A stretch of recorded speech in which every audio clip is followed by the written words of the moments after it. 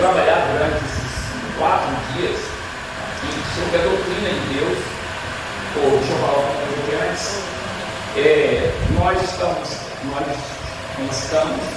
Temos, se alguém tiver interesse, não só nos slides, mas se você quiser um material, a apostila, ela vem mais completa, mais recursos do que o slide.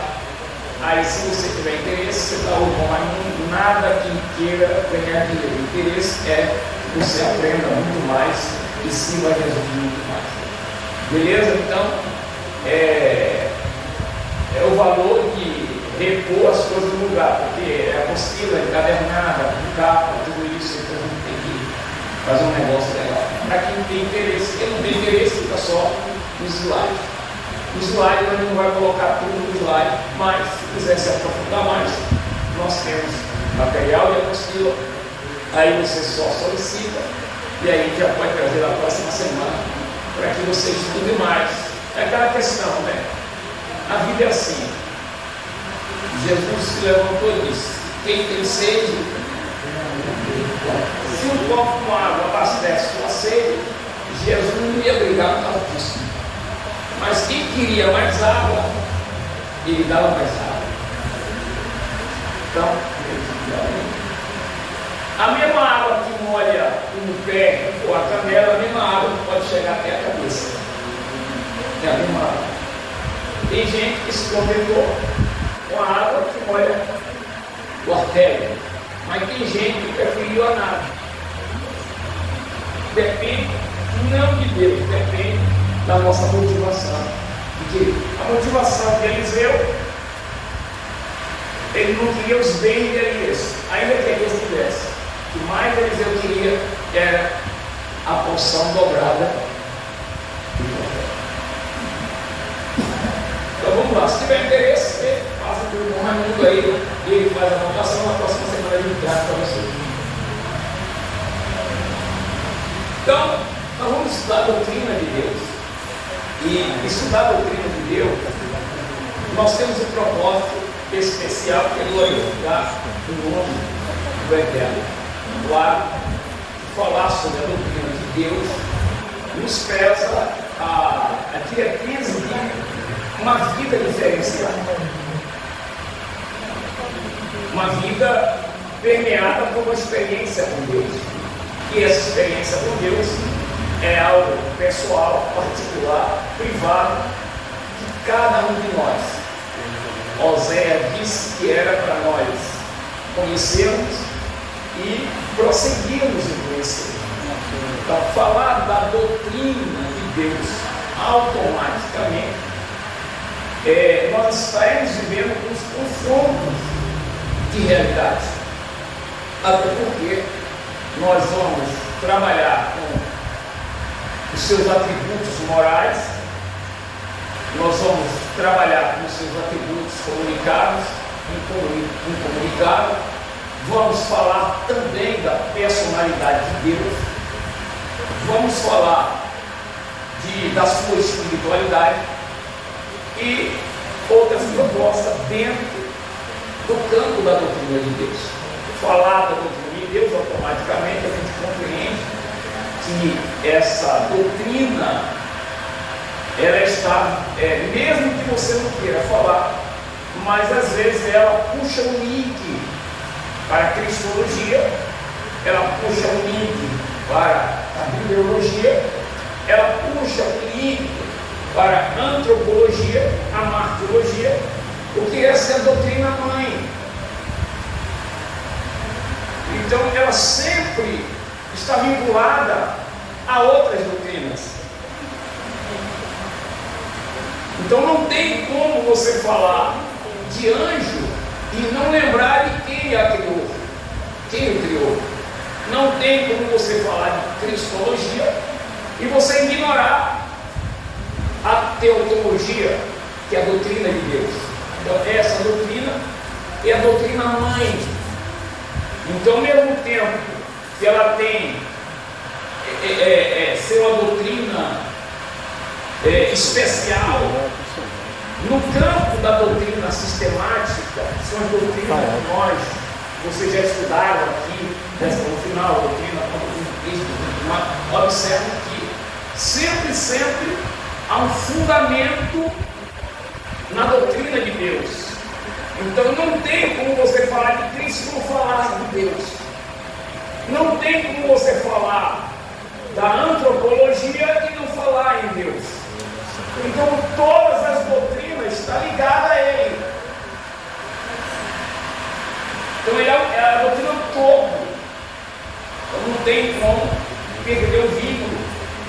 Mas o contexto da nossa experiência que nós temos com a pessoa do nosso Senhor. Então nessa doutrina nós vamos ter a paciência de compreender também que o que nós vamos aprender é o que as Escrituras expõem para nós. Nós não vamos entrar no campo da eternidade. Não tem como você entrar no campo da eternidade. Não tem. Não tem como você criar ou entrar no campo da especulação das coisas. Então nós temos uma eternidade, e que essa eternidade é o grande amor de Deus, e que esse Deus se revelou para nós. Não na sua totalidade. Por mais que nós tenhamos aqui vários mestres falando dessa doutrina, jamais nós conseguiremos esgotar essa doutrina. Não temos a capacidade para isso. Então, onde é que nós vamos caminhar? Nós vamos caminhar pelo princípio que as Escrituras norteiam dentro do conhecimento de Deus,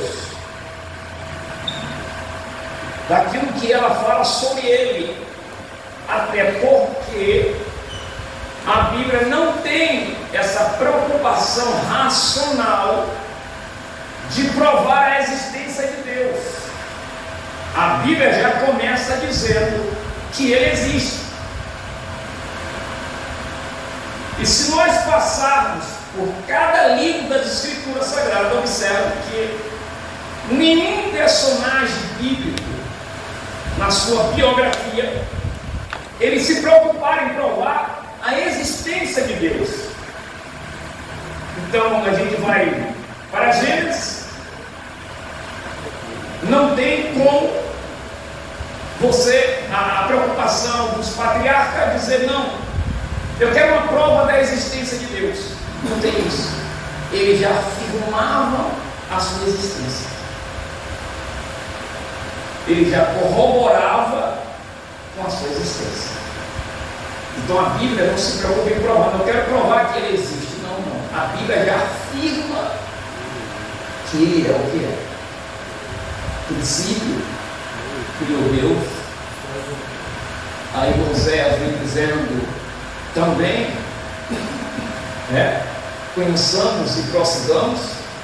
O escritor aos Hebreus já vem dizendo também que aquele que se aproxima dele, creia que ele existe e que é galardoador daqueles que o buscam. Então você não vai ter essa preocupação racional, biblicamente, de se preocupar em provar a existência dele. Ele já existe. Ele não, nós vamos falar aqui de alguns argumentos científicos, filosóficos, dentro do campo da teologia natural, tentando provar a existência de Deus, embora, por mais que a filosofia, a ciência se preocupe com isso, Deus é o que é. Deus é o que é. Deus é o que é. E se eu crer, Ele é Deus. Se eu não crer,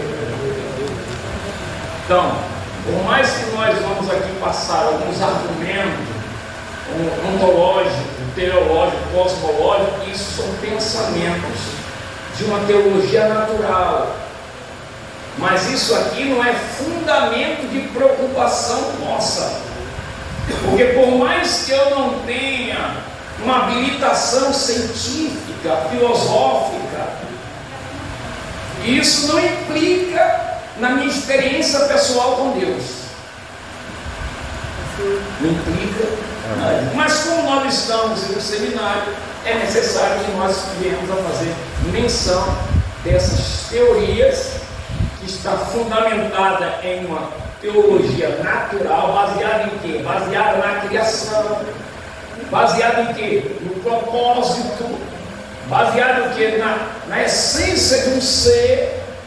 Mas nenhuma dessas teorias naturais está acima dos princípios teológicos da palavra de Deus. O que vai fundamentar o meu relacionamento com Deus é as Escrituras Sagradas.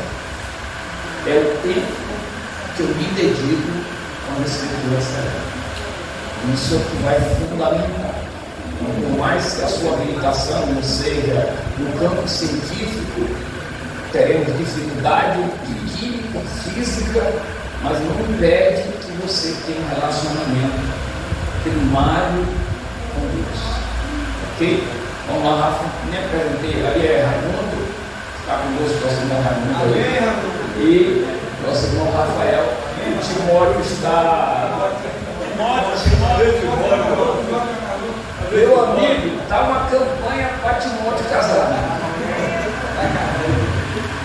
Mas Timóteo, está gravando aí não? Está gravando aí não, Agora já foi. Timóteo já fez voto, meu. Agora já foi. Timóteo já fez um voto com Deus. Vamos lá. Essa é uma das nossas definições. É a doutrina que estuda sobre Deus, chama-se teologia. Agora, você já viu aquele irmão que diz assim: para que teologia? Para que isso? Ele não sabe nem o que ele está fazendo na escola bíblica dominical. Então, o termo teologia, segundo os seus aspectos etimológicos, é composto das palavras gregas teos, que significa Deus, e logos, que significa fala, tratado ou expressão. Ciência acerca de Deus, ou vocês vão encontrar também por aí teotologia, doutrina de Deus, ou doutrina propriamente dita. Tanto faz, depende da linha dos teólogos que definem a questão da teologia. Isso não implica, não muda, não torna Deus mais e nem menos.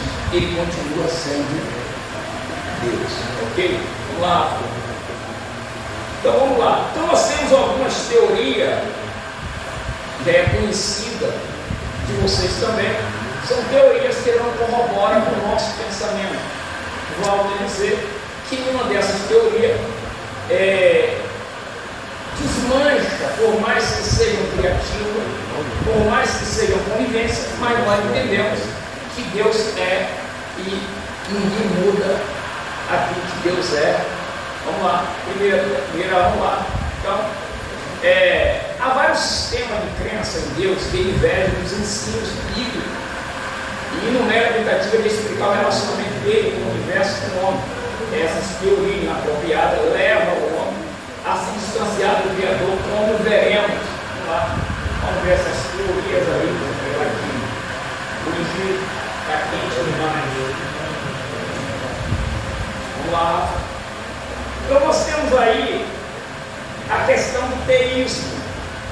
O termo vem de duas palavras gregas, da partícula negativa a, que já significa a negação na existência de Deus. E aí a ideia do escritor aos Efésios também vem combatendo e mostrando aos irmãos de Éfeso o valor de uma bênção. A ideia é negar a existência de Deus, provar dentro do seu campo de argumento que esse Deus não existe. Essa palavra aparece até uma vez no Novo Testamento com o sentido de sem Deus e não de negação da existência divina. Então, esses são argumentos que não conseguem desconstruir. Daqui a pouco nós vamos falar o lado positivo. Por que esses argumentos não conseguem desconstruir a existência de Deus? Então, lá na frente, a gente vai ver uma outra construção que vai tirando de cena essa base aonde não tem fundamento, aonde não tem sustentação até os dias de hoje. Vamos lá. Segundo, a agnosticismo é a preocupação do conhecer. Foi empregado pela cabeça do biólogo, do futebol, desapontando uma declaração dogmática da igreja que parecia fundamental. Então aqui essa tese vai negar a questão do conhecimento, da gnose, do conhecer de Deus. Isso aqui você sabe que na sua experiência pessoal com Deus, essa base não se fundamenta até pela sua experiência de relacionamento com Deus. Então cai por terra a questão de conhecer. Embora esse conhecer a Deus não significa que o conhecer a Deus significa que você vai ter um conhecimento pleno de Deus, mas a habilitação do relacionamento com Ele. Eu não preciso conhecer Deus pleno para ter um relacionamento com Ele, nem para conhecer a Ele. Vamos lá. Está quente mesmo, fazer o quê? Vamos lá, está tudo certo, em nome de Jesus. Vamos lá. Outra questão também é do evolucionismo, firmado nos ensinos de Darwin, da teoria da sobrevivência, aquilo que vocês já ouviram em escola, muito ensinado em escola, a questão do evolucionismo. Nós somos criacionismo, porque nós cremos no que está escrito em Gênesis, que é o Criador de todas as coisas, e não o pensamento dele, aí em nome de Jesus. O politeísmo também não está longe dessa realidade, aonde nós temos no Novo Testamento também esse fundamento também, a crença em vários deuses. E para entender também, volto a falar, para nós até entendermos a questão da cristologia e da paratecologia, isso aqui é muito interessante, porque olhando para a nação de Israel, a gente percebe que a nação de Israel ela estava em volta de nações politeístas e a compreensão do Eterno não se revelava. Por isso que a revelação do Eterno ela foi uma revelação progressiva, porque eles não tinham o Espírito como habitação, mas uma ação esporádica em sua vida. Então, a revelação de Deus ela é progressiva. Quando é que nós sistematizamos, aprendemos mais a pessoa do Espírito Santo, a pessoa de Cristo? É justamente pela personalidade do Pai, do Filho e do Espírito Santo. Então essa revelação começa no Antigo Testamento. Você observe que ela vai fundamentar no Novo Testamento, quando Jesus faz menção do Espírito Santo como uma pessoa que possui atributo de pessoa, mostrando que não é uma força, mas que é uma pessoa que, quando a saída dele, a pessoa entraria em cena. Isso quebra toda a tese das testemunhas de John não vai em dizer que são três deuses. Isso nós vamos falar no final da aula. Também nós vamos falar sobre a Trindade Santa ou a Divindade Santa. Ok? Então o politeísmo está fundado nessa linha e Deus teve um cuidado. Por isso que ele está dizendo aqui, na crença em um só Deus. Então Israel, nesse contexto de Deuteronômio, ele não tinha compreensão plena ainda do Eterno Pai. Imagina se for falar do Filho e do Espírito Santo. Imagina Deus comunicando para ele a teofania. Tem uma certa dificuldade de formatação da personalidade do Eterno, do Filho e do Espírito Santo. Então, lá na frente, nós vamos falar também dessa questão, não politeísmo, mas da questão da personalidade do Eterno, aonde nós vamos justamente ter um entendimento mais aberto, mais preciso, para que, se houver alguma dificuldade, nós vamos entender melhor, baseado nos atributos da sua personalidade. Significa dizer, atributo de pessoa. Atributo de pessoa, aí nós veremos lá na frente, em nome de Jesus. Notei isso, esse termo adjetivo numeral, o grego ren, Deus, foi empregado por Marx Mill, historiador das religiões alemãs, a fim de explicar o sistema de adoração só Deus, mas também tem uma questão aí. Ele crê em um só Deus, mas ele abre margem para a existência de outros deuses. Não importa que existe o eterno, o entendimento dele é que além do eterno há outros deuses. Então, não tem como fundamentar, não deixa de ser politeísmo. Vamos lá. Materialismo é outra questão também, pelo fato de Deus não ter matéria, não impede de ser pessoa. Então a ideia do materialismo quebra o princípio transcendental de Deus e imaterial de Deus. Em outra expressão, ele, para existir, para ser de fato, de verdade, ele precisa ser, a tese é tão pouco para qualquer classe de realidade espiritual, transcendental ou material. A questão aqui é se prender na figura material. Então, pelo fato de Deus não possuir matéria física, não anula a sua personalidade. Não anula a sua personalidade. Próximo. Plantei isso, vocês também já sabem muito princípio sobre isso aqui. É outra questão também, é a crença.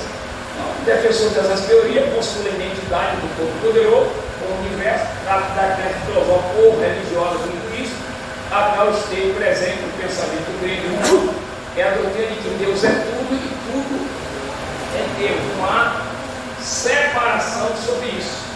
Mas o mais interessante, e na questão do nosso relacionamento com Deus, é que Deus é racional, nos fez criaturas racionais e a sua revelação também é racional. É o princípio que norteia o relacionamento com o Eterno. Então isso aqui, esse panteísmo se quebra, porque não tem como você olhar para as estrelas, para o sol, para a criação de Deus e atribuir atributo de pessoa. E quais são os atributos de pessoa? Inteligência, volição e sentimento. Então, para ser pessoa, é preciso que tenha os atributos de pessoa. Então, Deus, quando nos fez criatura racional, que pensa e que pode se relacionar com Ele.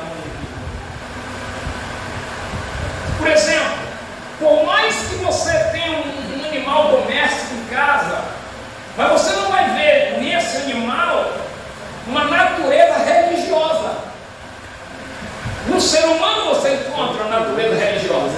Por mais que você ensine seu papagaio a cantar, a fazer coisas, mas ele nunca, em essência, vai demonstrar uma natureza religiosa que só cabe a nós. Só existe em nós. Por que só existe em nós? Porque a imagem de Deus foi plantada em nós e nós possuímos atributos de pessoa em nós, como Deus dá atributo de pessoa.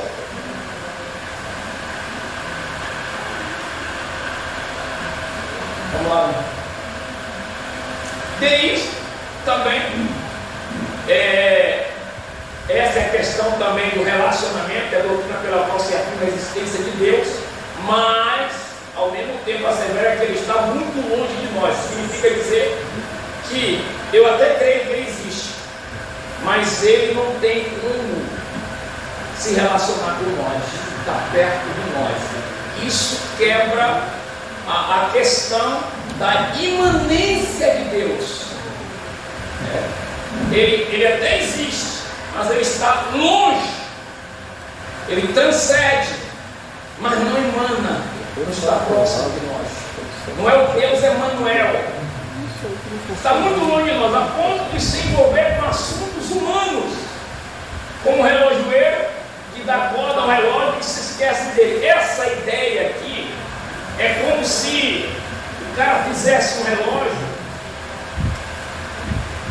seria uma ilustração, fizesse um relógio e colocasse lá, e aquele relógio fosse fruto do tempo, da criação, mas não houvesse uma mentalidade de Deus. É como se o relojoeiro fizesse um relógio e viesse a dar corda e largasse o relógio lá, e o tempo vai cuidar do relógio.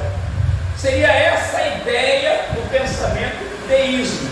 Ele até existe, mas não é imanente, ele é transcendente, está bem longe de nós, de tal maneira que nós não podemos construir esse relacionamento. Esse pensamento está corroborando com os epicureus e os estoicos, quando o apóstolo Paulo chegou ali justamente em Atena, não está longe de cada um de nós, e se interessa pelo ser humano. Então essa é a ideia fundamentada deles. Ele significa que Deus existe, mas é transcendente. Ele deu corda ao mundo e deixou que o mundo seguisse no seu natural. Ele não se envolve com nada dos homens. Imagina se Deus permitisse que Hitler vivesse 1000 anos, Saddam Hussein 300 anos, Osama Bin Laden 600 anos. Imaginem o que esses camaradas não.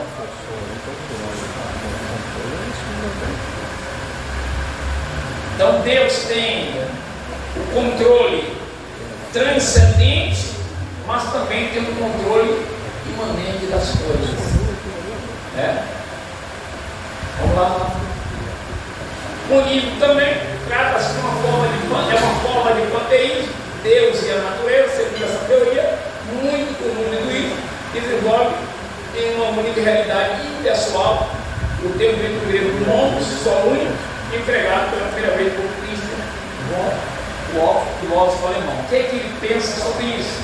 Essa teoria, ela vem também corroborar com o pensamento da impessoalidade de Deus. É um choque pensar que Deus não é ou não possui atributo de pessoa. É isso que nós vamos lá na frente estudar sobre isso aí. Pronto, Rafa? O que temos? Vamos lá. Nós saímos agora de alguns pensamentos que são contrários ao que nós pensamos, ao que nós acreditamos. Claro que nós vamos agora falar sobre a questão de alguns pensamentos também, que corrobora, volto a dizer, que é fundamento para a nossa tese, embora alguns pensamentos desses não seja prova da existência de Deus. Vamos lá, por favor? Vamos lá. Argumento que confirma a existência de Deus. Então, o que é que nós queremos que os irmãos entendam? Alguns desses pensamentos estão formados, ou alguns desses argumentos, em explicações racionais, quer dizer, pensamento de filósofo, de estudioso, de teólogo, que, usando o argumento de uma teologia natural, fundamenta o seu argumento.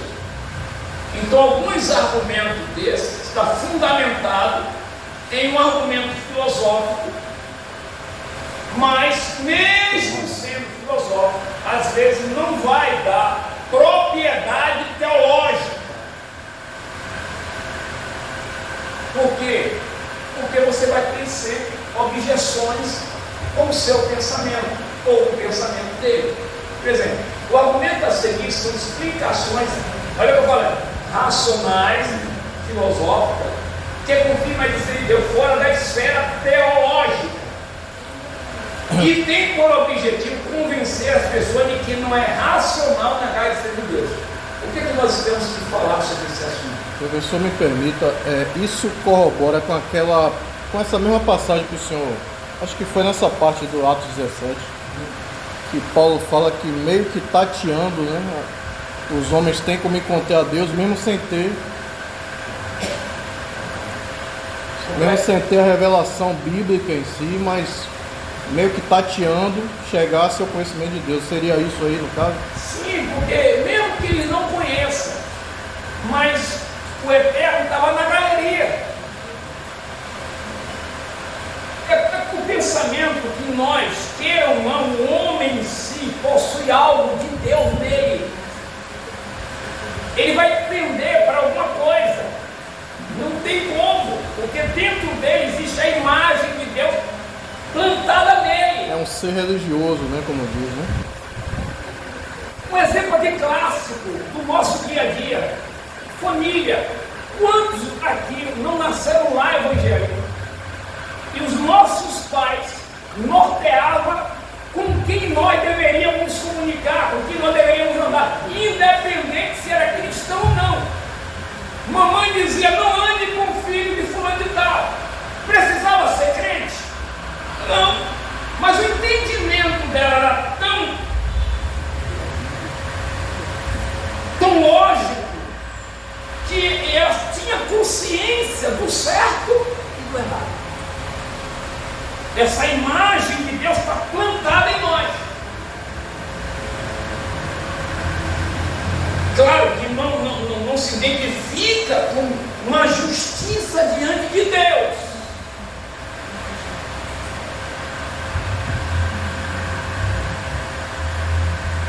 Porque aquilo que nós acabamos de falar nesse instante, se Deus é racional, pensa, fez criatura racionais para se relacionar, e a revelação dele também é racional.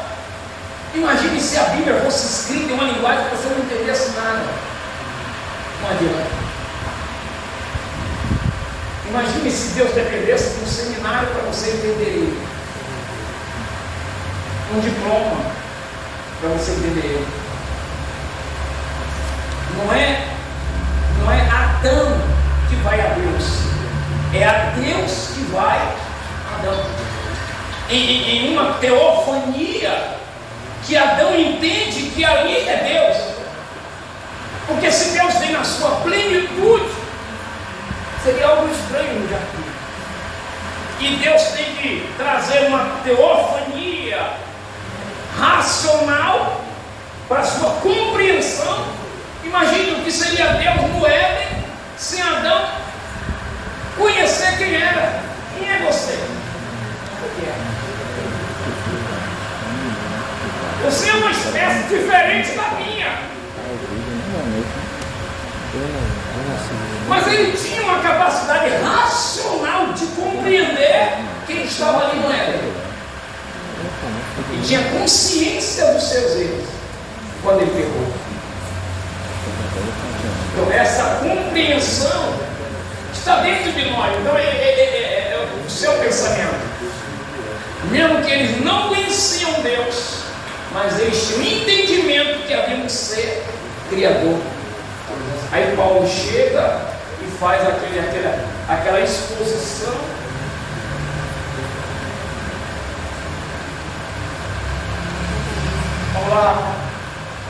Vamos lá. Então esse é um pensamento que a gente está aqui corroborando com o pensamento cosmológico, vem do cosmos, vem da criação. O pensamento é como um mundo não se explica por si mesmo. Esse argumento assume basicamente que a existência do universo é algo que precisa ser explicado. Considerando que cada efeito ele tem uma causa, dependendo dela para a sua existência. Então, o pensamento cosmológico é que nada surgiu do nada. E como é que surgiu isso? Quem é o tronco? De onde veio? Quem é o Criador? Quem fez tudo isso? Alguém fez. Alguém fez. Seria esse pensamento aonde nós estamos aqui. Também pode ser amarrado o pensamento do Gênesis, da criação, como também o Salmo de número 90, versículo 2, que pode ler, por gentileza. Vai essa leitura aí.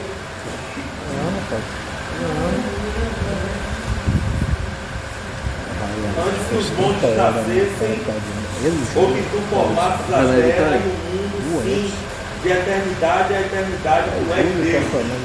Esse é o pensamento, mas não na época fundamentado em nenhuma teologia, mas os escritos sagrados. Hoje nós temos esse pensamento que corrobora com o Criador, independente da minha ou da sua afirmativa. A Bíblia não depende da minha definição de Deus. Ele é o que é. Esse é o pensamento da cosmologia, que existe um Criador. Vamos lá. Segundo, o pensamento teleológico é um pensamento que está voltado para um fim ou um propósito. Houve uma mente inteligente que criou todas as coisas, mas ele criou com um propósito. Tem um propósito definido em um desígnio de um propósito racional. Significa dizer que o pensamento houve uma mente inteligente que criou, não criou do nada, mas criou com um propósito. Ele não só criou, mas ele criou com um propósito. Eu estava outro dia conversando com o irmão Raimundo e nos alegrando em Deus e ver o quanto Deus como é que chama? A perícia de Deus. Minucioso, né? Deus. Minucioso. É uma perícia extrema. Extrema. É porque às vezes a nossa vida é tão corrida que a gente não tem mais tempo de admirar o que Deus criou. É isso. E a gente estava conversando outro dia sobre um pássaro, né? Como é que é aquele pássaro? De um canto só. Ele aprende o canto.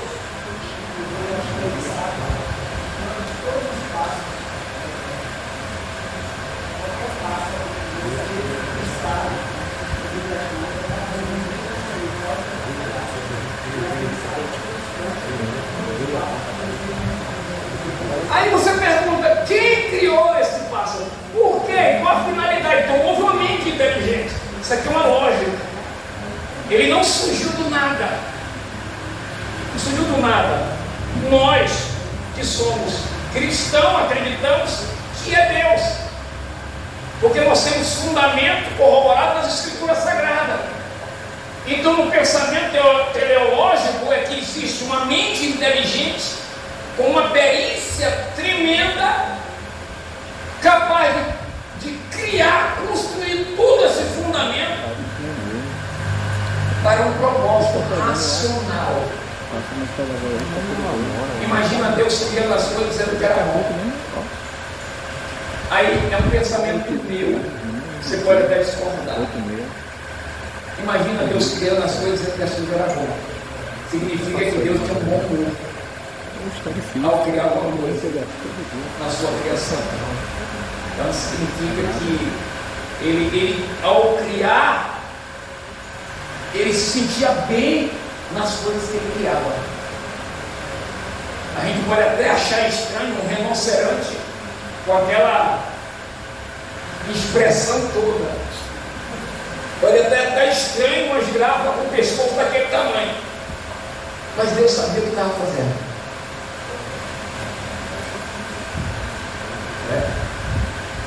camelo tem aquela capacidade toda de acumular aquela quantidade de água toda. Aí Deus coloca onde? Deserto. No deserto.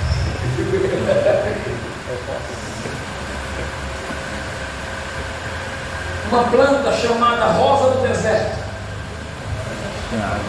Como é que ela consegue sobreviver em pleno deserto?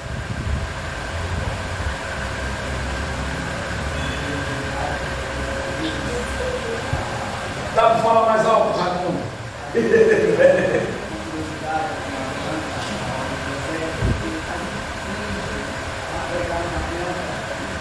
eu botar aqui para ele falar no microfone, que ele não está ouvindo. A gente tem uma curiosidade de quando a gente planta uma muda de planta, a gente dá o que tem de melhor, um adubo, para que ela esteja cada dia mais bonita. E com a roda do deserto é diferente. Se você colocar uma terra boa, ela não vai para frente. Ela foi criada para sobreviver numa terra ruim. Então você faz o quê? Você faz uma mistura de uma terra com areia, com pedra, para que ela esteja bem. Se você tirar dessa função, não vai dar certo. É o Deus preparando tudo para cada lugar, para cada espaço. Deus vai estar lá preparando.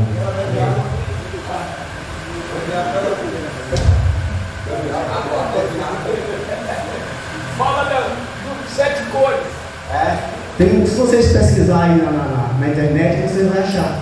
Tem um pássaro chamado 7 cores. Aí imagine você, um Deus, criando um pássaro que ele podia dizer simplesmente assim: você vai ser verde. Mas aí um Deus criou um pássaro que tem 7 cores. Se você fosse desenhar um passarinho, você colocaria 7 cores no passarinho? Não. Mas o Deus fez.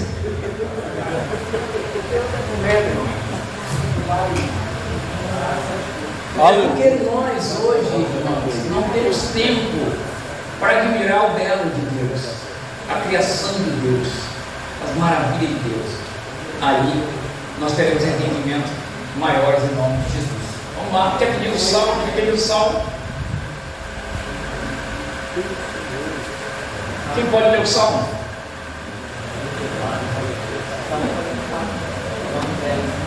Quem pode ler esse salmo? Você manda para mim. E aí, por gentileza? Aquele que fez o ouvido não ouvirá, o que formou o olho não verá, aquele que ergue as gentes não castigará, e o que dá ao homem conhecimento não saberá. Maravilha, isso aqui é lindo demais. Só em nós examinarmos todo o sistema do corpo, a gente vê que há um detalhe, algo especial de Deus em nós. É o pensamento dele. Vamos lá, Rafa. Moral ou antropológico? Baseia-se no fato de existir no homem uma consciência que estabelece a distinção entre o bem e o mal, dando a ele o senso de responsabilidade e razão existencial. O fator importante desse argumento é que nem sempre os bons são recompensados, os maus são punidos. Assim o mundo se tornaria um caos sem a existência de um justo e supremo juiz. O que é que a gente entende disso aqui?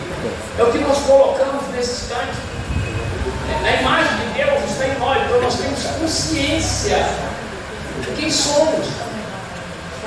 E quando você vai lá para Caim, o diálogo de Caim, de Deus indo a Caim, observe que Deus está mexendo com a antropologia. Deus não está falando com Caim algo que ele não entenda. O pecado está às portas. Então ele tinha o domínio de não pecar.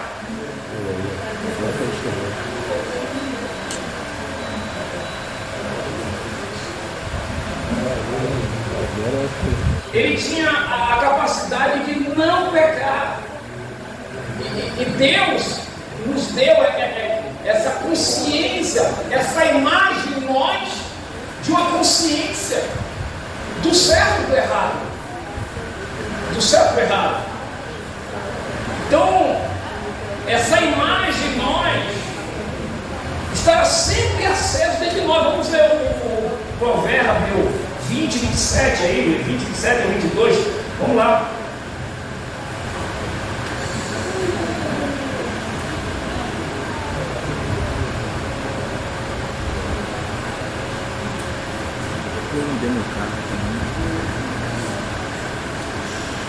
Provérbio 20, 27, quem achou? O espírito do homem é lâmpada do Senhor, a qual esquadrinha todo o mais íntimo do coração. Porque a gente se refere a essa imagem de Deus, e essa imagem não está nos olhando, essa imagem está em nós. Tem algo em nós que nos identifica com algo de Deus. Então, observe que essa lâmpada não é uma lâmpada apagada, mas é uma lâmpada acesa. Nós podemos enganar todo mundo, menos a nós mesmos, por causa da nossa consciência. Pode mentir para todo mundo, menos para você ver. É isso. Então essa consciência está em nós. Corrobora em nós, na nossa existência, a capacidade de pensar e saber quem somos. Então nós temos entendimento moral quando estamos fazendo algo certo e quando estamos fazendo algo errado. E Deus colocou em nós justamente essa consciência em nós. E é uma lâmpada que não se apaga. Está sempre acesa dentro de nós. Sabe? É aquilo que às vezes, fazendo um link, é aquilo que às vezes nós fazemos as coisas que dá certo e não se preocupamos em fazer as coisas que é certo. Esse é o grande perigo para as nossas vidas.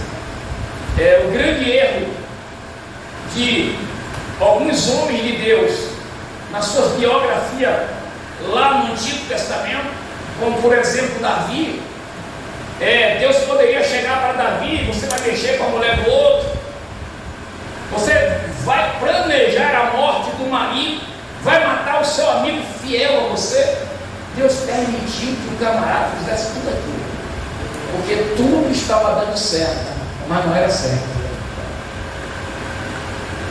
São a mesma coisa. Tinha entendimento do seu chamado, tinha compreensão de quem era, mas em todo o tempo teve um ministério voltado para as coisas que dá certo e não para o certo.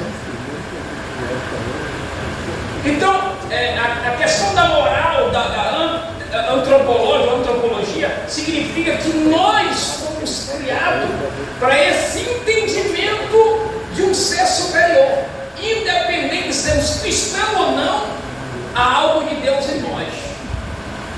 Aquilo que nós falamos há pouco tempo. Eu não nasci no lar evangélico, mas minha mãe determinava com quem eu deveria brincar, com quem eu deveria andar. Não era evangélico, nem lia a Bíblia, mas minha mãe ensinava os bons comportamentos, os bons costumes, norteando uma vida para que a nossa moral não fosse comprometida. Era assim que nós vivíamos. Então esse argumento está presente em nós como uma imagem que Deus colocou em nós. Então vamos ver o texto de Romanos, capítulo de número 2, versículo 14 e 15, e Eclesiastes 12, 14, por gentileza. Quem pode ler Romanos? Esse texto é muito bom para o nosso entendimento do ensino dos gentios. Eu já perdi isso aí, quando eu vi essa depois. Porque os gentios que não têm lei fazem naturalmente as coisas que são da lei. Olha aí. Olha aí. Não tendo eles lei, para si mesmos são lei. Imagina. Os quais mostram a obra da lei escrita no seu coração, testificando juntamente a sua consciência e os seus pensamentos, que acusando-os, quer defendendo. Olha a imagem de Deus em nós. Eles não têm lei, mas o comportamento dele está gravado no coração. Consciência moral, né? Consciência moral. Eu ouvi alguém dizendo assim, mas eu presto, alguém, ele achou o dinheiro. Ele achou que era uma bênção de Deus ter achado dinheiro. Não. Alguém teve que sofrer com a perda para você achar dinheiro. Isso não é bênção de Deus. Na minha consciência, alguém foi prejudicado. Na minha consciência, alguém perdeu dinheiro. Na minha consciência. Verdade. Na minha consciência, alguém. Claro, você vai sair por aí e tem rédito. Mas na minha consciência diz que alguém foi prejudicado. Não por mim, mas alguém foi prejudicado. Isso é consciência nossa. E essa imagem de Deus está estabelecida em nós. Imagina Pedro, por que Pedro chora amargamente? Porque ele tem consciência do nível de relacionamento que ele tinha com Jesus, de tal maneira que ele perdeu o relacionamento e agora ele sabe que vai fazer falta o que ele perdeu. A consciência faz ele chorar amargamente. Davi a mesma coisa.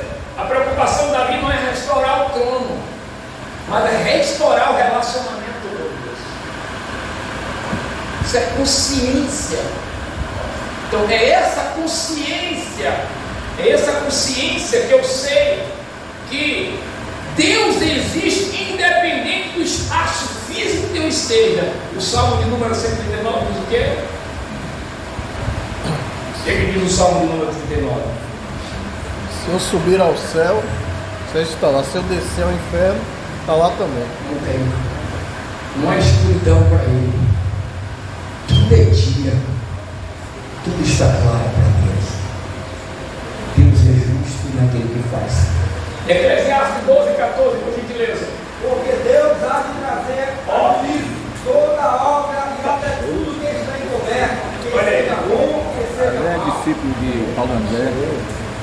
Por que Deus que é há? amor, pastor, Deus é amor. O que há? Os livros. Tem o livro, mas tem os livros. O livro das obras, o livro da consciência das obras. Não terá ninguém como inocente. Agora, pastor, só uma pergunta. Quando Jesus se refere que lá nas trevas exteriores haverá choro e ranger de dentes, onde o bicho não morre, o fogo não se apaga, isso se refere também à questão da consciência? Com certeza. Ninguém vai para ali sem saber o que fez. Ninguém é inocente. Olha o que o texto diz aqui em Romanos. Olha o que o texto diz em Romanos. A imagem de Deus está plantada em nós, A irmão. forma de Jesus falar dessa forma, ser... Ainda que eu não conheço a lei, meu texto aí de novo, hein, irmão.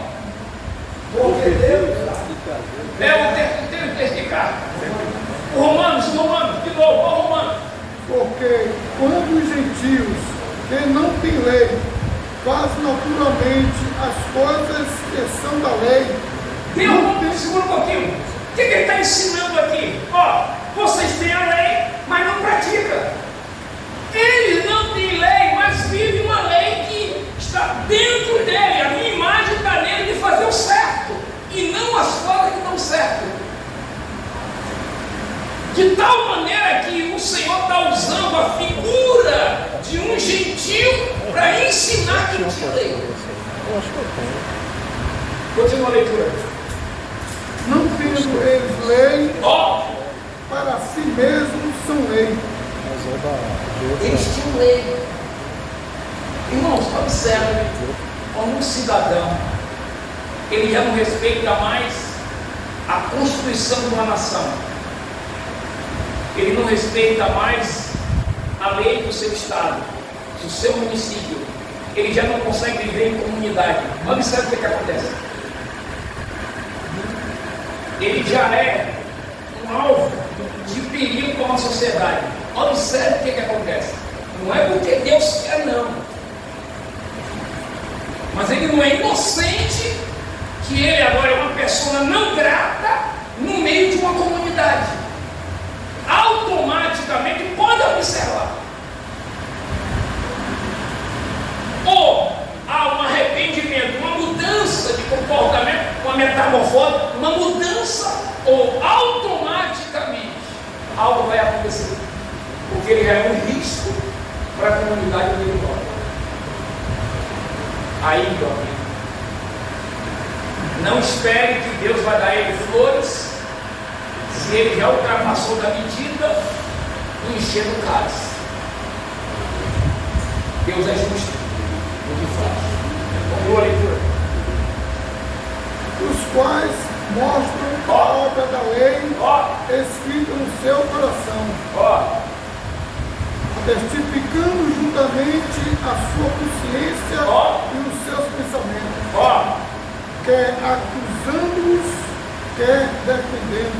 Ele está dizendo que ele está prescrutando dentro deles e encontra nele resíduo de boas atitudes. Ele está falando do coração, ele está falando da mente, do pensamento que está dentro dele. Não é uma questão não é só a questão da ação, a questão é a leitura que o Eterno faz dentro de nós.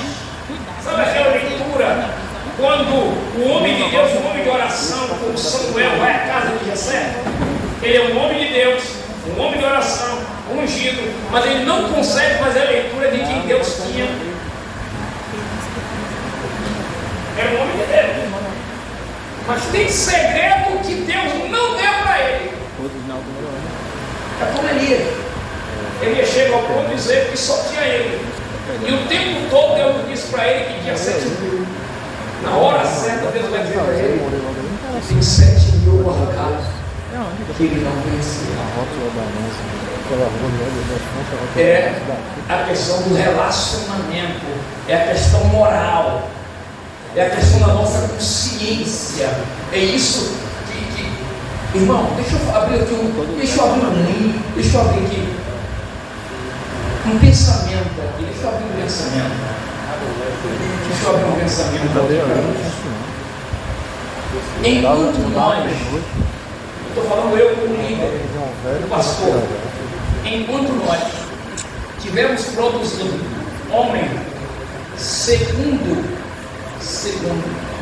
a minha imagem, segundo a minha vontade, nós teremos voltar doentes nesses últimos dias. De quem?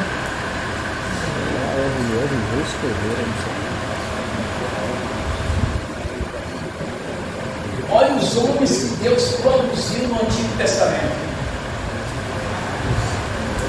Jesus, olha os homens que Jesus produziu no Novo Testamento. Ele sabe a dor do jardim de Getsemane, mas ele sabe o que é que ele está produzindo.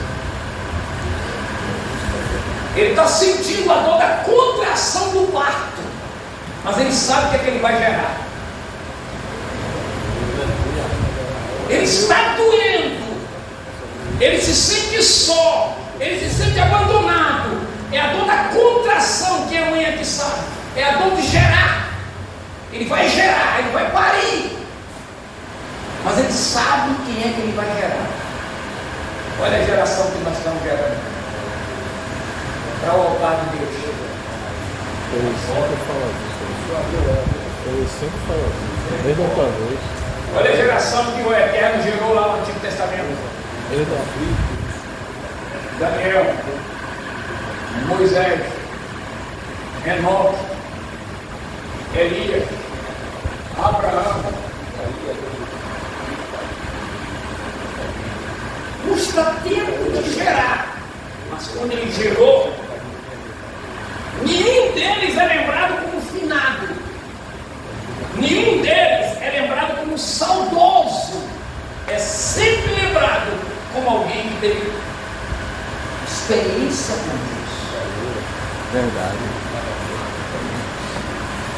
Estava doendo o jardim de Getsemane, mas ele disse assim: eu vou gerar homens para o meu altar. Olha Estevão, a sendo apedrejado, mas consegue ver céu aberto. Olha mesmo. Os homens que Jesus gerou têm que ser os mesmos homens desse, porque eles não foram e nunca serão melhor do que nós. São igual a nós. Mesmo Espírito, o mesmo Deus e o mesmo Cristo. Qual a diferença? Porque o homem está gerando o homem e não o Espírito Santo gerando a semelhança de Cristo Jesus para estar no altar de Deus. Estreitou tudo aí agora. Não veio o parente não, papai. Meu colega aí. Meu Deus. Irmãos, Deus jamais coloca alguém no altar que a sua graça não esteja sobre ele. Nunca colocou ninguém no altar. Sobre ele não tem a graça. Pode não ter dinheiro, mas tem graça de Deus. Meu Deus. Primeiro de muitos. Quanto mais gerar os homens semelhança de homem, mais sofrimento virá sobre nós.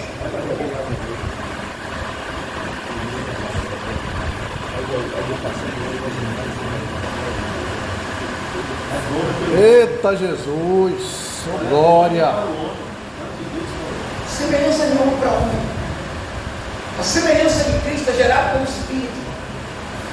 Ele permeia uma vida. Você desconhece ele porque o Espírito atua nele. Ele não precisa falar muito. Ele só precisa ter uma vida voltada para Deus.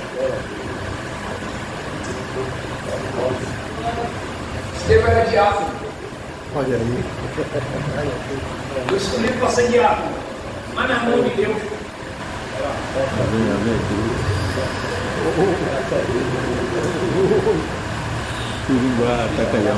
Diácono aqui.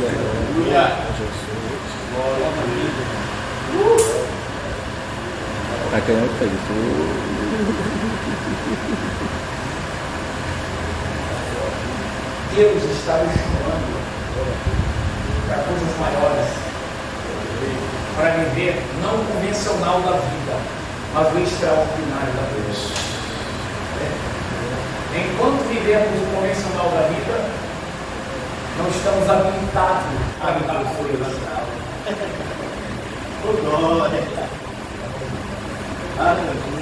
Como é que Abraão ia ser pai da fé sem fé? Tem que eu sou de mundo. Não está preparado para ser pai da fé. Então, segura mais um pouco aí. É muito sério, irmão.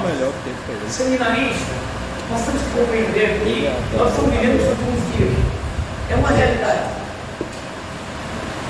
Deus não vai investir na sua vida nem na minha vida para estarmos aqui sem um propósito definido por Deus. Tem isso. Eu estava numa sala, na liberdade, um jovem, e ele disse: pastor, mas é os homens. Eu digo: meu filho, quando Deus quer e acha graça, não tem homem. Eita Deus! Quando ele quer e acha graça, não tem homem. Porventura Deus vai pedir permissão a algum pastor para levantar alguém? Pois é. Olha aí.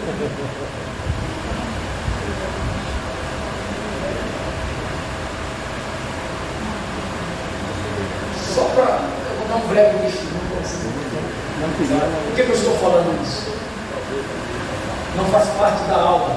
Me permita contar um breve testemunho. Não faz parte da aula. Uma luta se levantou muito grande uma época da minha vida. E o homem disse para mim que eu não subia mais no mundo. Até porque eu não tinha, entre aspas, parente nenhum lá em cima. Era assim, Engano dele, porque eu tenho meu irmão mais velho, que está sentado direito desse espaço. Eita Deus! Sou glória! Meu irmão mais velho, não é seu irmão mais velho.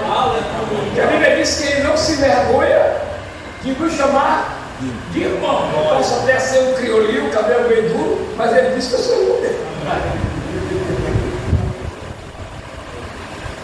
E ele disse que eu não sabia. Mas eu não fiquei doente, nem preocupado, nem me desesperei. Por que eu me desesperei? Porque eu tinha uma consciência em Cristo.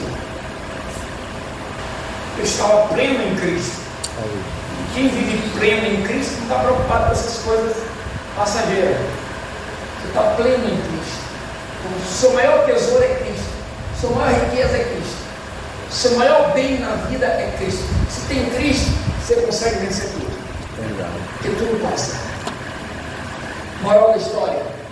Eu fui passando assim no final de linha lá, no final de linha que eu moro em Pirajá, e tinha um tronco de um terreiro de candomblé, tinha feito cortado lá uns troncos de amêndoa, aquelas amêndoas velhas. Aí tem uns troncos assim, largão, pesado, mas alguém chegou lá e cortou na medida que Deus quer, na medida, para banco, só os troncos assim, pesado. Aí eu vim andando, aí aquela voz pega os troncos, no lixo, né? Peguei os troncos, tirei do lixo e levei arrastando, né? Botei lá. Aí a ideia, né? Sabe, Espírito Santo, faz banco. Apreguei os bancos, eu foco nisso. E aí comecei a fazer tudo na rua. Comecei a pregar na rua. Meus amigos, era um dia, teria que ser agora 3 dias. Porque a rua enchia. Criança, adolescente, os pais trazem os filhos para ouvir falar de Jesus. O homem disse que não. Mas Deus, a última palavra de Deus disse que sim. Aleluia. Aí não tinha mais como comportar o espaço, a rua cheia. Tem que dividir os dias. Porque Jesus estava salvando no meio da rua. Não tinha conforto, não era cadeira, não, irmãos. É talma mesmo, talma, que botava uns panos por cima para dar um pouco de conforto. E a mensagem era do Evangelho de Cristo Jesus. A rua cheia. E muita gente se perseguindo por Cristo Jesus. Então, não é o homem, é você, Deus. Deus é racional, fez criaturas racionais e a sua revelação é racional. O dia que você decidir ser diferente, ninguém te impede de ser diferente. É você, Deus, e mais nenhum.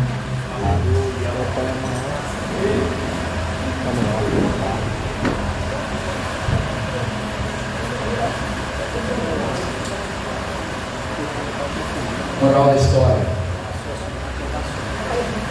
Passando alguns anos naquele trabalho que ele disse agora, vou eu te mandar para o campo.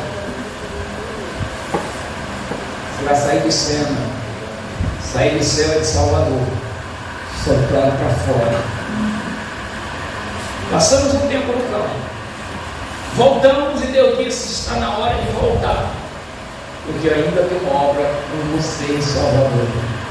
Volta para Salvador, porque o vento sopra quando quer, na hora que quer.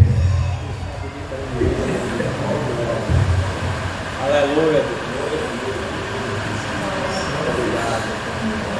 Todos aqueles que me perseguiram e humilharam,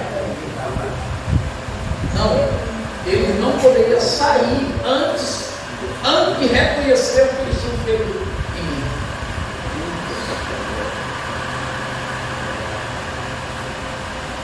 Volta lá, já está na hora de você voltar. Volta para Salvador. Aí eu tenho uma obra para você em Salvador. Volta para Salvador.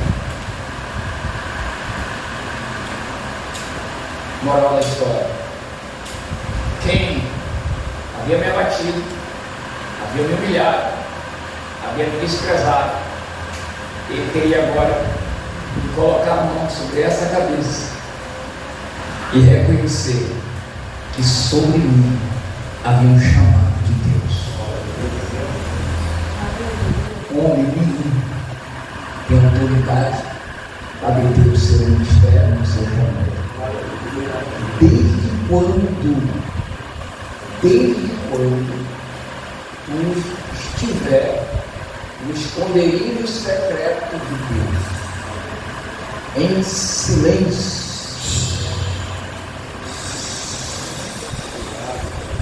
nesse tempo, você não fala. Quem fala é Ele por você.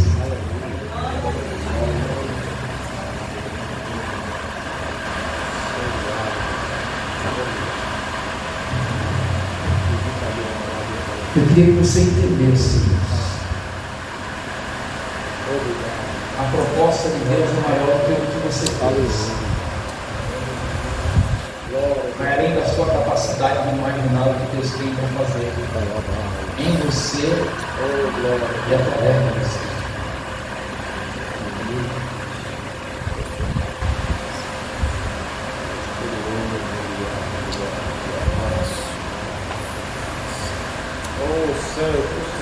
Não os outros, é você.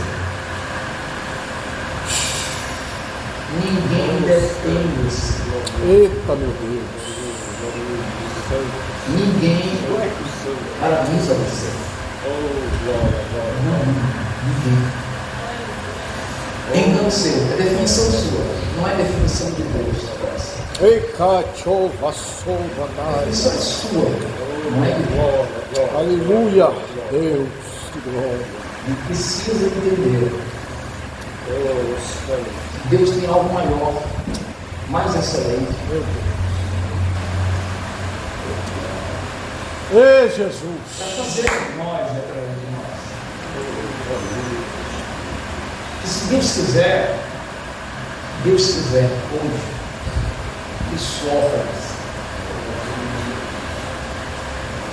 Ele lhe dá experiência extraordinária a você.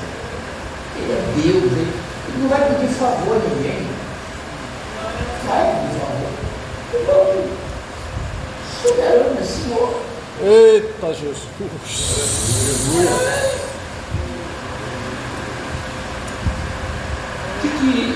Eu falei aqui que nós somos, eu falei aqui que Deus é Deus racional. Nós somos racionais. Significa dizer que Ele pensa, eu penso. Que tem algo dele em mim e algo de mim que Ele colocou. Significa dizer, traduzindo uma linguagem prática minúscula, eu sou vazio se eu quiser. Ninguém impede de eu ter segredo com Deus, de ter relacionamento com Deus. Ninguém me impede.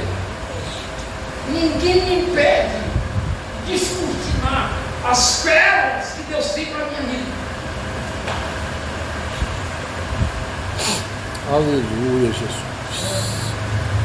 Irmãos, Deus tem muitas pérolas para ser distribuída, muita riqueza para ser distribuída.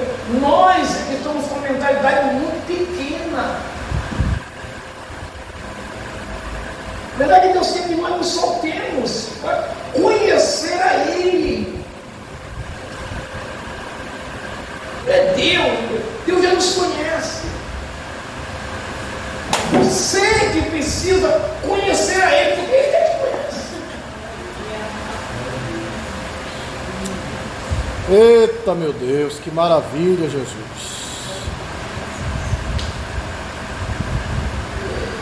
Essa antropologia é muito forte, porque coloca em nós uma essência que Deus não colocou em ninguém. Por exemplo, Deus tem atributo de pessoa. Ele é pessoa porque Ele tem atributo de pessoa. E os atributos de pessoa são sentimento. Ele tem sentimento como nós temos. Ele tem volição, vontade, determinação, como eu tenho também. E Ele também tem inteligência como eu tenho. quer destruir, isso está na Bíblia, não é invenção minha não. Abra aí, capítulo 1 de Gênesis, tu vai ver o que eu estou falando aqui, eu não estou inventando história não. Capítulo 1, versículo 18, olha aí. É sério, isso aqui não foi eu que escrevi não, está escrito. Aleluia. Capítulo 2, versículo 18. Eita Deus, glória. Vamos lá. Vamos aproveitar isso aqui, que a gente vai estar aqui mesmo, daqui a pouco a gente encerra. Deus está aqui. Vamos lá. Deixa Deus. Quem pode ler o 18? Diz o Senhor Deus. Olha quem está dizendo, racionalidade. Ele está dizendo para alguém, ele não está dizendo para os animais, ele está dizendo para alguém racional, que pensa como ele pensa. Vai. Não é bom que o homem esteja só. Prossiga. Dá-lhe uma adjutora Sim. idônea para ele. Sim. Havendo, pois, o Senhor Deus formado da terra todo animal do campo Sim. e toda a ave do céu, Sim. e trouxe Adão. Peraí, ele trouxe para quem? Por que ele não escolheu os anjos para trazer? Ele estava mostrando para Adão que ele tinha capacidade e inteligência. Mas para quê? Para que ele chamou? Vai. Para este ver como lhe chamaria. Chamaria o quê? Vai, lê, pode ler. Como que Adão chamou a toda a Olha, tudo que ele falou, Deus disse, é isso mesmo, você é inteligente, você é capaz, o que você disser, você inteligência. Deus está mostrando para ele que ele é inteligente, com a capacidade. Deus disse assim, Deus não desfez de nenhum nome de animais. Nenhum nome foi desfeito. Inteligência. Eu estou colocando em você o que tem em mim. Ai, cara. Inteligência, você também tem inteligência. A minha imagem está em você. Inteligência. Aleluia. Deus.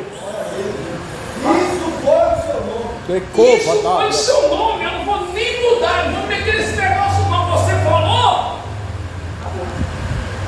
E Adão pôs os nomes a todo gado. Todo. Vai.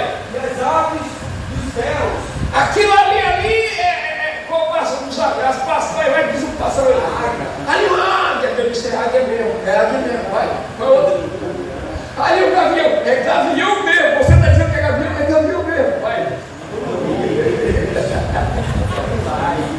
E a todo animal do campo. Aí Deus olhou para o campo, agora olha para o campo.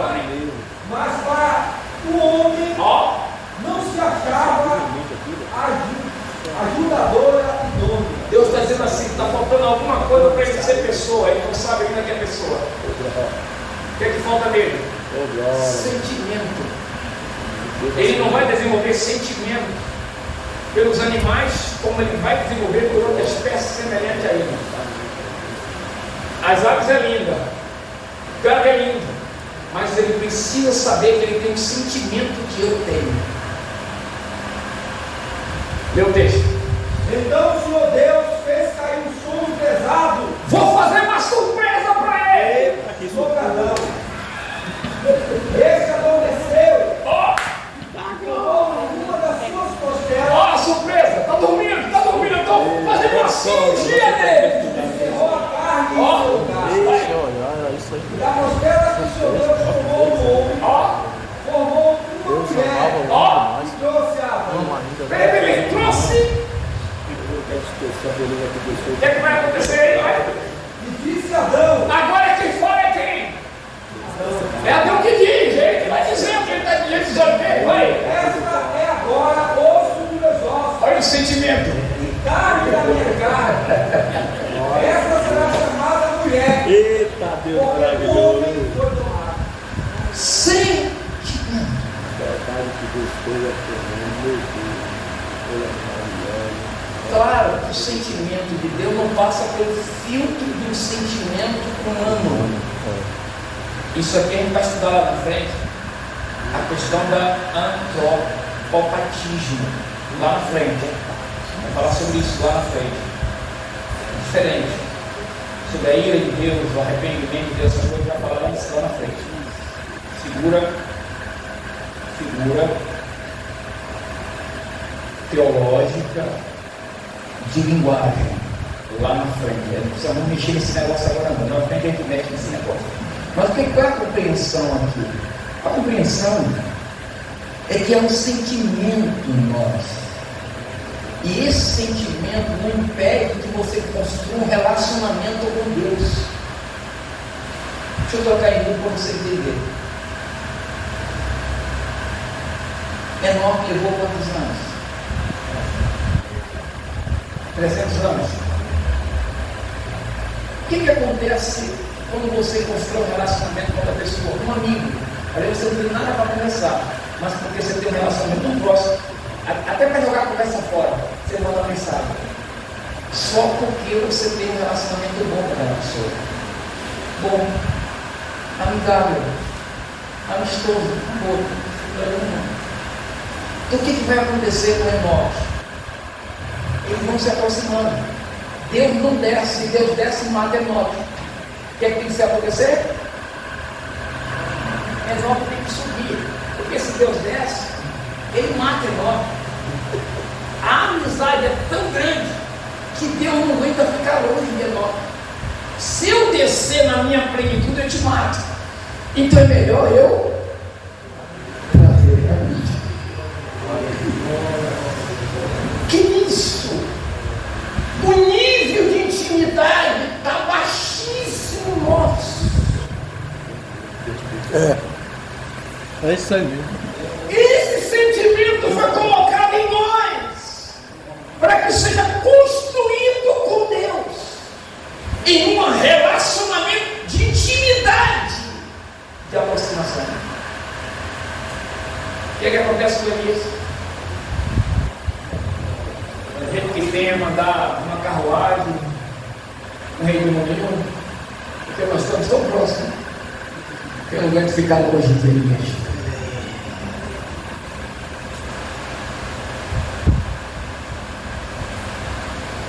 Deus coloca isso em nós para construir um relacionamento com Deus. Você não é uma máquina. Você não é um ser irracional. Você é um ser racional, dotado de capacidade, de atributo de pessoa para construir relacionamento com ela.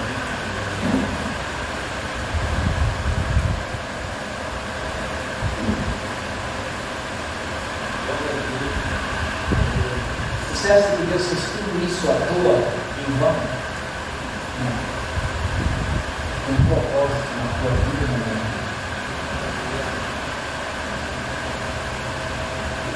Você não vai encontrar Adão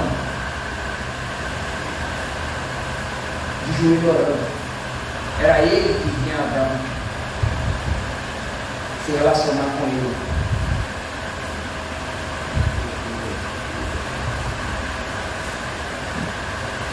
Quando Deus encontra um homem ou uma mulher disponível para Deus, a história desse homem nunca mais será a mesma.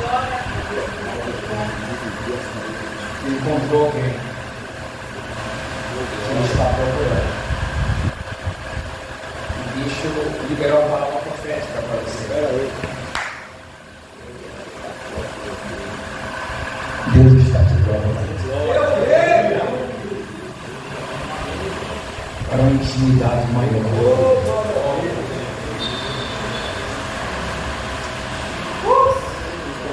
Você já viu quantas vezes Deus lhe chama na madrugada e você pensa que é para assistir televisão, tomar açúcar, comer biscoito? É assim mesmo. Eita Jesus, sou Nem glória. para ir no celular. Meu Deus. Que Deus tem pérola reservada para dar aos seus íntimos na madrugada, no trabalho, no metrô, na escola, na faculdade. Eu vou encerrar a aula dizendo uma coisa para você aqui. Eu vou encerrar e orar para você. Se você olhasse para Salomão, ele diz assim: eu entendo de botânica como ninguém, eu entendo de minerais como ninguém, eu entendo de vegetais como ninguém. Deus quis que esses homens entendessem de botânica, de minerais, de vegetais. Mas o homem que vai na ilha de Pátimo, ele é convidado para entrar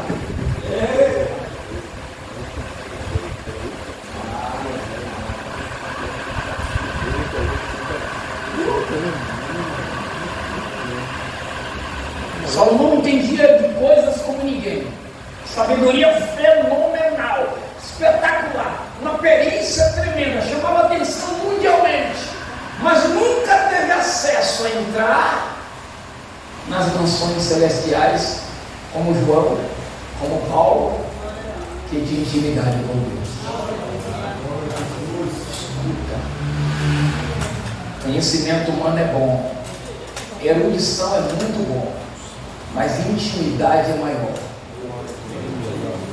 bem maior.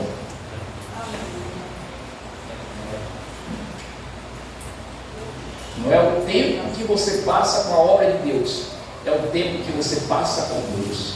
Isso é que vai refletir aqui na terra e por toda a eternidade. Porque estamos com uma geração de muita gente doente, estressada, pressão alta, colesterol lá em cima.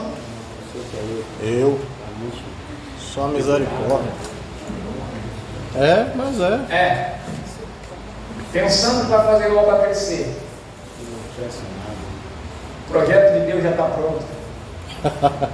Precisa de homens. Eita, mistério de Coloque em prática. Aleluia! Que já está pronto. Meu Deus! A planta do tabernáculo nunca foi de Moisés. A arca nunca foi de Noé. Olha aí, Faça conforme o modelo que eu te mostrei. que eu te mostrei. O original está comigo. Eu só vou lhe dar aí porque o original está comigo. Deus tem segredo do seu ministério. Deus tem segredo para a tua vida. Eita, Jesus! Coisas Ô, grandes glória! do seu ministério. Meu Deus! Atinar coisa grande. Deus quer fazer você prosperar. Deus quer sacudir essa nação. Deus quer te soprar. O Brasil está pequeno, vai ficar pequeno. O seu ministério, Deus chamar. Deus quer fazer coisa grande sobre essa nação.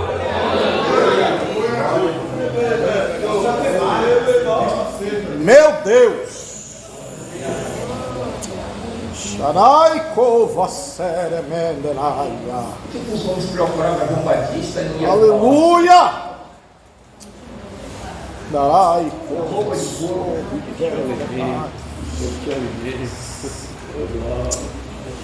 Uma alimentação, gafanhoto, mel silvestre.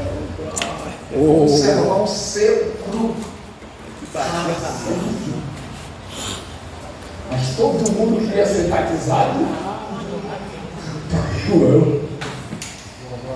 Não passava um pela cabeça dele. Não é a sua erudição, é a graça. Meu Deus! Que aula essa É a graça, é a presença. Não é você, é Ele. Meu Deus!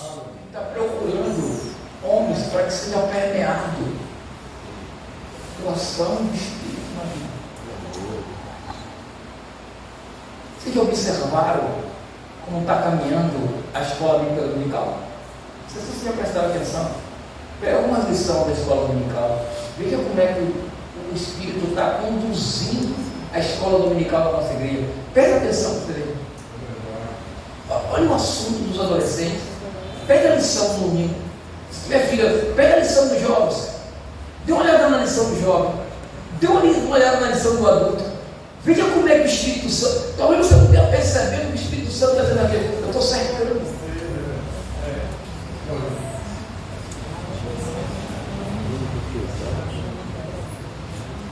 Dê uma olhadinha para você ver se os temas não estão convergindo. Isso não é obra do acaso dos teólogos, dos mestres da Assembleia de Deus. Tem o Espírito conduzindo a igreja.